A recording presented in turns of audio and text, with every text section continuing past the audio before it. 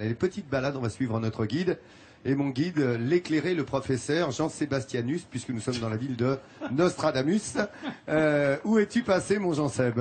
Bah, j'ai entendu qu'il y avait un clocher. Bah tiens. Donc il est monté à 45 mètres, Pépère. Et, quand même. Et voilà. C'est Nostrogugus. Dis donc, j'ai l'impression que je t'ai pas perdu depuis la semaine dernière avec le même point dans de vue. les Alpilles avec un paysage mais absolument incroyable. La chaîne des Alpilles derrière moi, une mer de toits de tuiles absolument magique. C'est Saint-Rémy-de-Provence. C'est vraiment l'image de la ville provençale type. 2300 ans d'histoire ici. Un endroit qui, vous le voyez, est diablement séduisant. Faut savoir que c'est des raisons plus pragmatiques qui ont fait que l'homme s'est installé ici. Déjà, on est au débouché d'un des principaux défilés des Alpilles. Il y a toujours eu de l'eau en abondance ici. Et puis la terre, elle est riche et elle a été propice depuis toutes ces années à la culture de l'amandier, de l'olivier et de la vigne. Et au fil des siècles, Saint-Rémy-de-Provence est devenu une cité qui est extrêmement agréable à visiter, donc images en couleur et balades en douceur. Au pied des Alpilles, parmi les oliviers, se loge une cité doublement millénaire, Saint-Rémy-de-Provence, une ville au cœur de laquelle on pénètre par la porte Saint-Paul, vestige des remparts qui ont longtemps encerclé la ville. C'est que Saint-Rémy-de-Provence est l'une des plus anciennes cités de France. Et son histoire commence ici, dans cette ruelle, où subsistent les vestiges d'une demeure romaine à l'origine de la ville. C'est autour de cette villa que la principale cité, qui ne s'appelait pas encore Saint-Rémy, s'est constituée. Aujourd'hui encore, ça et là, des chemins de ronde médiévaux, de superbes hôtels particuliers Renaissance, richement ornés côtoient les commerces récents et des maisons plus simples. Où que l'on soit dans la ville, le clocher de la collégiale Saint-Martin toise les ruelles ombragées. De style néoclassique étonnant, cette église met également en valeur une statue du saint patron de la ville. Saint-Rémy porte dans sa main une ampoule dans laquelle se trouve de l'huile servant à l'onction des rois de France. Saint-Rémy a longtemps été une ville discrète et prospère grâce à son agriculture et ses récoltes. Ici, on a toujours cultivé la douceur de vivre. Aujourd'hui, ces ruelles où se mêlent boutiques et galeries d'art invitent à la rêverie et à la flânerie. Marie-Jean Debien vit ici depuis des années. Parisienne d'origine, elle ne déménagerait pour rien au monde. Il y a une âme dans cette ville, il y a vraiment une âme qui est liée aux maisons, aux gens. Il y a vraiment... L'ambiance, c'est quelque chose d'extraordinaire. Mais un des endroits que je préfère sur le plan esthétique, disons, c'est la place Favier. C'est le cœur de Saint-Rémy. Je trouve que c'est l'endroit le plus attachant. Les Saint-Rémois l'appellent Louplanet, c'est la petite place, c'est le plan, c'est l'endroit où on se retrouve. L'un de ses moments favoris, c'est le marché, qui fait la renommée de la cité dans toute la région. En pleine saison, il s'étend beaucoup plus loin, mais sur les étals, passage obligé, les olives. Et en Provence, elles se mangent à toutes les sauces. Alors ça, sont les olives du pays, c'est vraiment les olives des Alpilles. C'est des olives qu'on cueille vers le mois de novembre et qu'on ne déguste que fraîches. Ah bon. Et ça a vraiment un goût d'olive du pays. En plus, on met du fenouil, donc c'est très particulier. On n'en trouve qu'ici. Une douceur de vivre quotidienne toute provençale qui a inspiré de nombreux artistes. Le plus célèbre d'entre eux, celui qui a fait connaître Saint-Rémy-de-Provence dans le monde entier, c'est bien sûr Vincent van Gogh. Le célèbre peintre a séjourné ici à l'entrée de la ville, dans cet asile psychiatrique, de mai 1889 à mai 1890.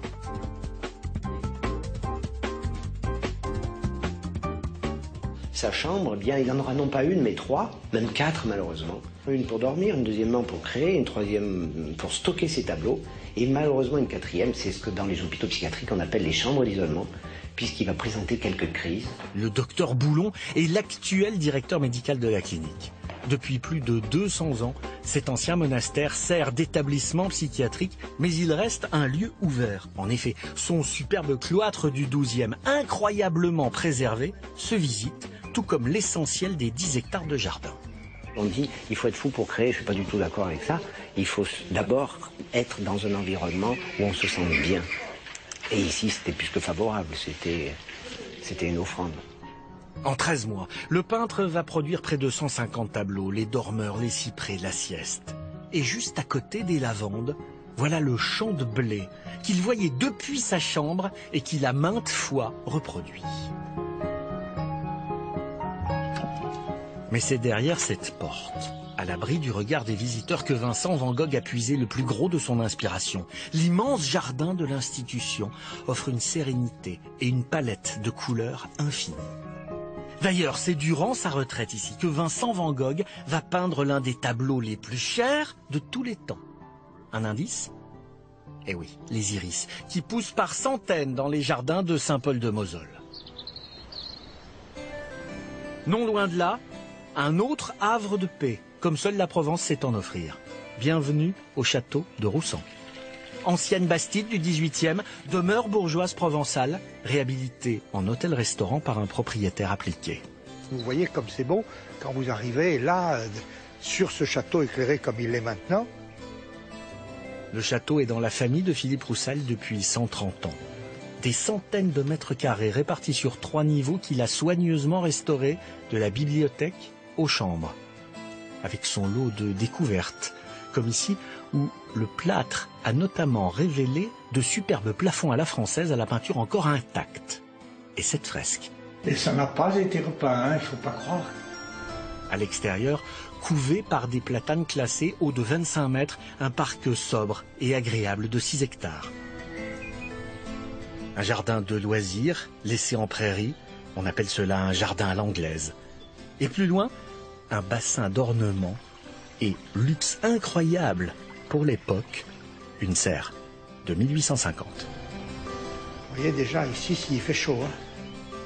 Un petit bijou classé désormais monument historique qui abritait des dizaines de variétés de plantes différentes. C'est la nature. Et on s'aperçoit qu'au fond c'est bien plus beau de vivre ici que de vivre dans un petit village avec des rues qui sont couvertes de béton. Mieux ici qu'à la ville, pour goûter la quintessence de la Provence. C'est un peu l'esprit du château de Roussan, jusqu'à sa devise inscrite juste au-dessous du cadran solaire. Je ne compte que les heures sereines. Une invitation à la paresse, et à Saint-Rémy, la Provence tient ses promesses.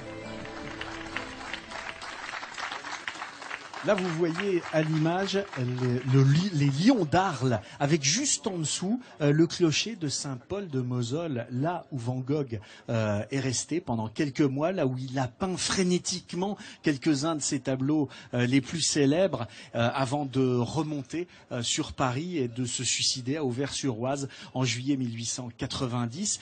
L'autre star ici à Saint-Rémy-de-Provence, c'est bien évidemment, tu l'as dit Laurent, c'est Nostradamus, qui est né ici en 1503. Nostradamus, apothicaire, médecin, qui pratiquait l'astrologie également, comme la plupart de ses confrères de l'époque à la Renaissance, qui est surtout connu pour ses prédictions sur la marche du monde.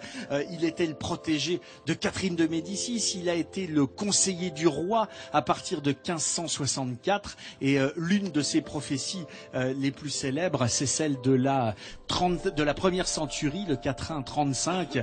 Le lion jeune, le vieux surmontera en chambellique par singulier duel. Dans cage d'or, les yeux lui creusera deux classes, une, puis mourir mort cruelle, dans laquelle on a vu la mort d'Henri II après son combat, après sa joute avec le comte de Montmorency, la lance dans l'œil. Et donc, il est d'ici avant de partir pour Salon de Provence, là où il est décédé, Nostradamus. Et voilà, regardez le joli point que nous a fait notre ami Jean Sébastianus. C'est mon Nostradamus, c'est le professeur, l'humaniste, l'apothicaire. Ah bah coucou Jean Seb. Alors regardez justement, il est en haut de la collégiale, vous voyez, et regardez bien, la caméra de Fred Talfumière pour Midi en France vous montre où nous sommes installés, place de la République, avec les Sarres-et-moi et le ciel bleu. Merci Jean Seb. Il va rester là-haut, Jean-Sébastien. Je vais peut-être redescendre vous voir. Ouais, fais un effort, reviens s'il te plaît.